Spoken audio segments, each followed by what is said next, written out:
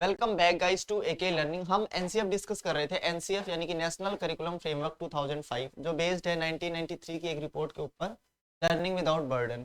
तो इसके ऊपर हमारी 2 वीडियोस ऑलरेडी हो चुकी हैं, तो अगर आपने वो वीडियोस नहीं देखी हैं तो प्लीज़ आप उसको जाके पहले चेकआउट कर लीजिए, ताकि आपको आगे की जो चीज़ें हैं वो समझ आ सके बेहतर ढंग से।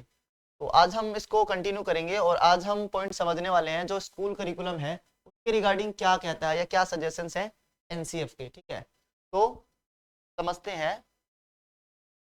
तो समझने से पहले हमें ये समझना होगा ये जो करिकुलम वर्ड है इसका क्या मतलब होता है। देखो, स्कूल के अंदर जो भी चीजें आपकी चल रही होती हैं वो सारा ही आपका जो है ना करिकुलम का हिस्सा होता है। चाहे वो सब्जेक्ट कितने चल रहे हैं क्लासेस के अंदर, है ना, एग्जाम्स किस तरीके से लिए जा रहे हैं, टेस्ट किस तरीके से लिए जा रहे हैं, कौन कौन सी एक्टिविटीज करवाई जा रही हैं क्लासेस में या स्कूल में, कितने पीरियड्स लग रहे हैं, या फिर जो भी प्रोग्राम्स वगैरह चलाए जा रहे हैं, जो भी एक्टिविटीज हो रही हैं स्कूल के अंदर, वो सारा ही आपका क्या है, करिकुलम का हिस्सा है। ठीक है, तो होपफुली आपको करिकुलम वर्ड का मतलब समझ में आया होगा। तो अब हमें ये समझना है कि करिकुलम के बारे में क्या कहता है एनसीएफ। तो एक तो फ्लेक्सिबिलिटी होनी चाहिए। एनसीएफ क्या कहता है, जो भी करिकुलम है स्कूल का, एक तो उसमें फ्लेक्सिबिलिटी होनी चाहिए। फ्लेक्सिबिलिटी बहुत सारी चीज़ों में होनी चाहिए। फॉर एग्जांपल जैसे सिटिंग अरेंजमेंट। सिटिंग अरेंजमेंट में फ्लेक्सिबिलिटी होने का क्या मतलब है। सपोज आपकी क्लास में 20 स्टूडेंट्स बैठे हैं, तो 20 के 20 स्टूडेंट्स इस तरीके से बैठे हों कि सामने जो भी स्क्रीन चल रही है या ब्लैक बोर्ड व्हाइट बोर्ड जो भी है ना, या स्क्रीन ही है, जो भी चीज़ चल रही है आप पढ़ा रहे हो सामने, वो 20 के 20 स्टूडेंट्स को दिखे। ऐसा ना हो कि 20 में से 15 या 18 बच्चों को ही दिख रहे हैं सामने की स्क्रीन, और जो 2 बच्चे हैं या जो 5 बच्चे हैं वो, उनको कुछ नहीं विजिबल है, वो बस ऐसे ही बैठे क्लास में, तो उसका कोई फायदा नहीं रहेगा, है ना। तो सिटिंग अरेंजमेंट फ्लेक्सिबल होना चाहिए। या फिर एक बच्चा जो ऐसा है, एक तो नॉर्मल बच्चा है वो तो नॉर्मल डेस्क पे बैठ जाएगा, बट जो एक ऐसा बच्चा है जिसको बैठने में प्रॉब्लम होती है ना, हो सकता है जैसे व्हील चेयर वाला बच्चा हो, तो उसके लिए अलग से हमें सिटिंग अरेंजमेंट करना पड़ेगा, तो व्हील चेयर प्रोवाइड की जाए। इंक्लूसिव एजुकेशन की बात करते हैं ना हम, तो उसमें नॉर्मल बच्चा भी हो सकता है और पर्सन विद डिसेबिलिटी भी हो सकता है क्लास में, है ना। तो हमें उन सब का ध्यान रखना है। तो सिटिंग अरेंजमेंट फ्लेक्सिबल होना चाहिए। इसके अलावा स्कूल की टाइमिंग्स भी फ्लेक्सिबल होनी चाहिए सिचुएशन के अकॉर्डिंग, है ना। जैसे सर्दियों में हमने देखा होगा, मोस्टली जगह पे यही होता है, सर्दियों में जो स्कूल होते हैं उनकी टाइमिंग थोड़ी सी लेट कर दी जाती है, और गर्मियों में थोड़ा सा टाइम जल्दी कर दिया जाता है सुबह का, फिर उसके अकॉर्डिंग ही चीज़ें होती हैं। तो उसके अंदर भी फ्लेक्सिबिलिटी होनी चाहिए। सब्जेक्ट्स के अंदर फ्लेक्सिबिलिटी होनी चाहिए स्कूल के पास, कि अगर आपको लगता है कि स्कूल को ये सब्जेक्ट्स ऐड ऑन होना चाहिए तो हाँ इसको ऐड ऑन रखो, या ये सब्जेक्ट हटा दें, हाँ बेफालतू में रखा हुआ ये सब्जेक्ट। तो सारी चीज़ें भी होनी चाहिए स्कूल के पास, पावर हो, है ना, फ्लेक्सिबिलिटी हो कि वो अपने ढंग से काम कर सके स्कूल। इसके अलावा इंफ्रास्ट्रक्चर।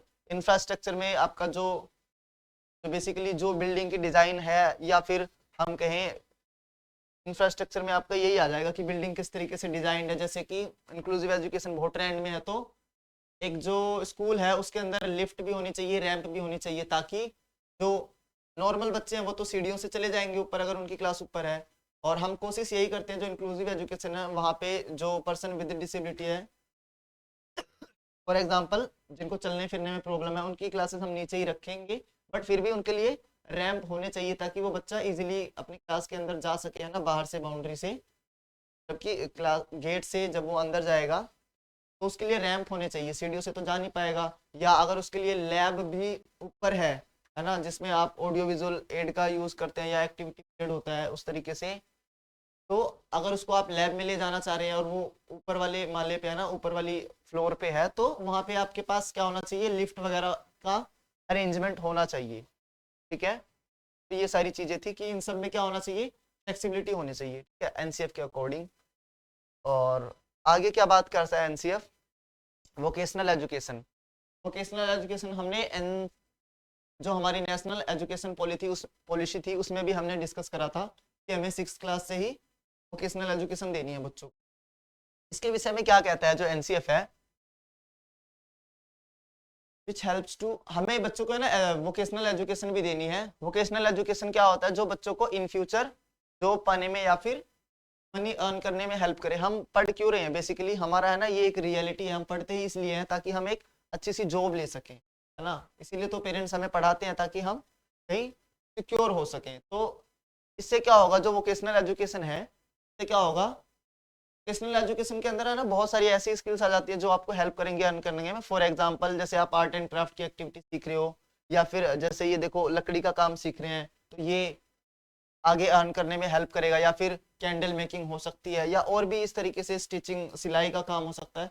बहुत सारी ऐसी एक्टिविटीज हो सकती हैं जो कि आपको इन फ्यूचर हेल्प करेंगी अर्न करने में, तो ऐसी एक्टिविटीज इंक्लूड होनी चाहिए। ठीक है, होपफुली ये समझ में आया होगा। और अगर वीडियो अच्छी लग रही हो तो आप वीडियो को लाइक और शेयर कर सकते हो और चैनल को सब्सक्राइब कर सकते हो। ठीक है?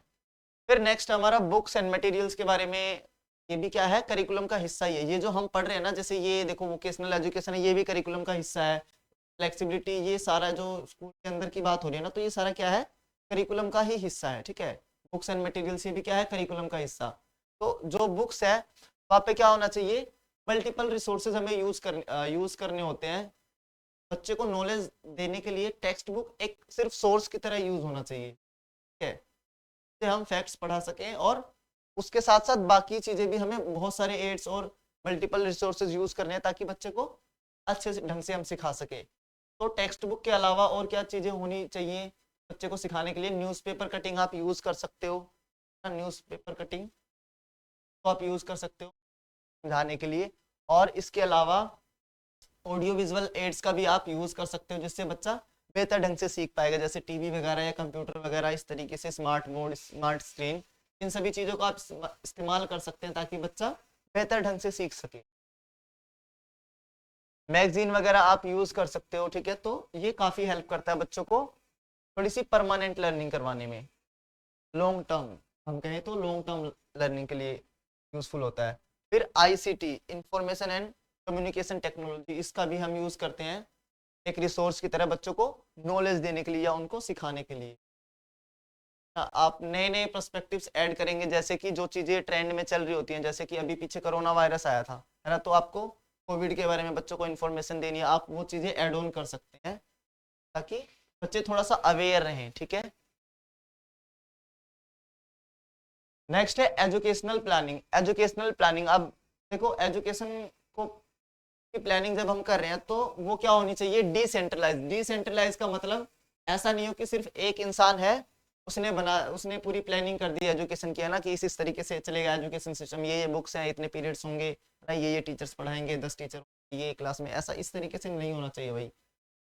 उसमें हमें सबका इन्वॉल्वमेंट चाहिए, है ना, सभी स्टेट्स इन्वॉल्व होने चाहिए, सबकी सहमति से, सभी स्कूल्स का भी अपना अपना सजेशंस होना चाहिए ना, सबका हमें फीडबैक, क्या हमें सबकी राय लेनी है, सबको इन्वॉल्व रखना है ना, तब हमें जो है डिसीजन करना है। सभी इन्वॉल्व होने चाहिए, चाहे वो पेरेंट्स हों, चाहे वो टीचर्स हों, है ना, प्रिंसिपल्स हों, जो भी है, सबका हमें क्या करना है, इन्वॉल्वमेंट करना है, और तब हमें क्या करनी है, एजुकेशनल प्लानिंग करनी है। ठीक, फिर एग्जाम रिफॉर्म्स। एग्जाम रिफॉर्म्स के बारे में क्या कहता है एनसीएफ, देखो, एक तो स्ट्रेस रिड्यूस करना है हमें। स्ट्रेस रिड्यूस कैसे करना है, जो बच्चे होते हैं, बच्चे अपना सारा दिमाग है ना बुक्स में रटने में लगाते रहते हैं कि इन दोनों के बीच में डिफरेंस आएगा, और ये फैक्ट्स थे, उनका जन्म यहाँ पे हुआ था, है ना, इतनी तारीख को हुआ था। तो वहाँ पे बच्चे को ना बहुत सारा स्ट्रेस हो जाता है, जो फैक्चुअल चीजें होती हैं, जो रटने वाली चीजें होती हैं। तो हमें क्वेश्चन पेपर को, हमने बात करी थी ना एनसीएफ, उसमें एनईपी में भी हमने, एजुकेशन पॉलिसी में भी हमने डिस्कस करी थी कि थिंकिंग बेस्ड हमें जो है क्वेश्चन पेपर डिजाइन करने हैं ना। तो क्वेश्चन हमें कैसे डिजाइन करने हैं, क्वेश्चन पेपर जो हम डिजाइन कर रहे हैं एग्जाम्स में, थिंकिंग बेस्ड होने चाहिए। ठीक है, ताकि बच्चे का जो बर्डन है, जो स्ट्रेस है, वो थोड़ा सा कम हो सके। ठीक है, इनोवेटिव असेसमेंट होना चाहिए जिसमें कि आपका पोर्टफोलियो,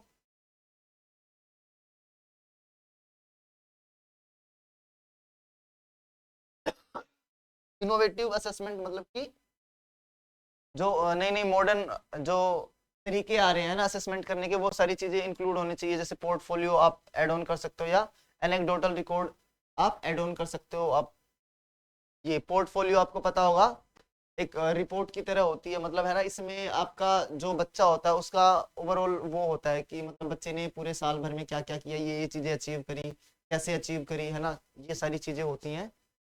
तो बच्चे के बारे में पूरे साल तक उसने जो जो किया होगा वो सारा उसमें मेंशन रहता है। ठीक है, तो ये पोर्टफोलियो होता है। इसके अलावा फ्लेक्सिबिलिटी टाइम है ना, जो एग्जाम है उसका टाइम भी फ्लेक्सिबल होना चाहिए। मोस्टली आप लोगों ने देखा होगा 2 घंटे का पेपर होता है, 2.5 घंटे का पेपर होता है, 3 घंटे का पेपर होता है। तो एक जो गिफ्टेड बच्चा है या हम कहें जो अबव एवरेज जो बच्चा है उसके लिए तो वो 3 घंटे से पहले ही करके बैठ जाता है अपना पेपर, है ना, वो 2-2.5 घंटे में ही कर लेगा। और कुछ बच्चे ऐसे होंगे जो लास्ट तक करते रह जाएंगे अपना एग्जाम, और कुछ बच्चे ऐसे होंगे जो टाइम कंप्लीट हो जाएगा 3 आवर्स का फिर भी नहीं कर पाएंगे। एग्जाम्पल के लिए जैसे जो सेरेब्रल पाल्सी वाले बच्चे होते हैं, है ना, उनमें राइटिंग फटीग होता है। तो उनके लिए हमें क्या करना चाहिए, टाइम थोड़ा सा बढ़ा सकते हैं हम, या फिर हम क्या कर सकते हैं कि जो क्वेश्चन पेपर है उसको थोड़ा सा कम लेंदी बनाएं, है ना, उनके हिसाब से डिजाइन करें ताकि वो बच्चे टाइम के अंदर ही अपना जो है पेपर है उसको कवर कर सकें। ठीक है, तो ये बात थी।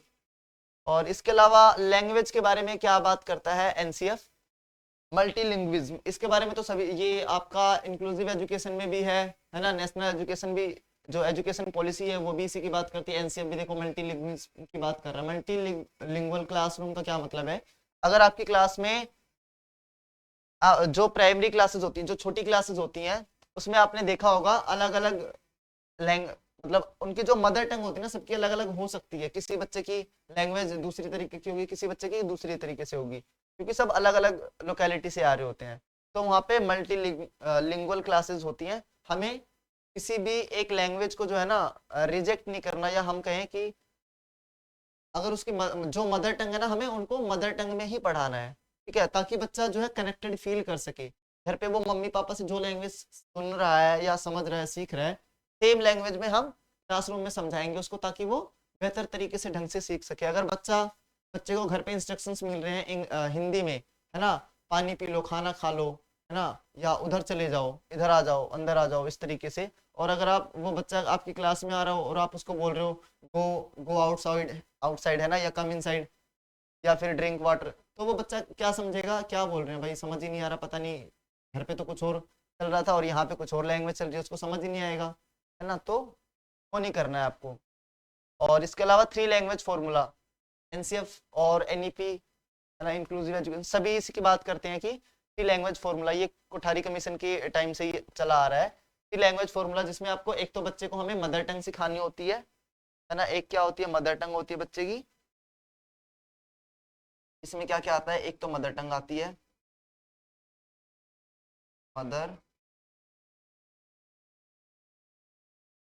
और क्या आता है इसमें मदर टंग के अलावा, एक आती है नेशनल लैंग्वेज, नेशनल, इसके अलावा एक फॉरेन लैंग्वेज।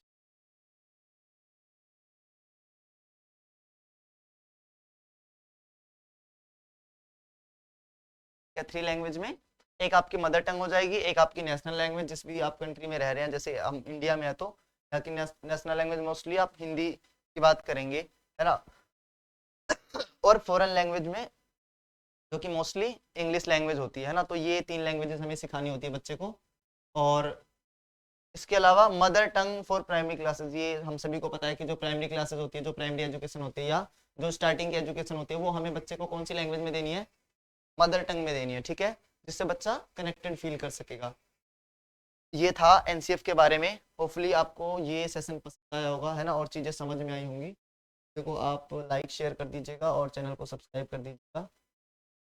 तो ये आज की क्लास थी, मिलते हैं फिर नेक्स्ट क्लास में किसी नए टॉपिक के साथ, तब तक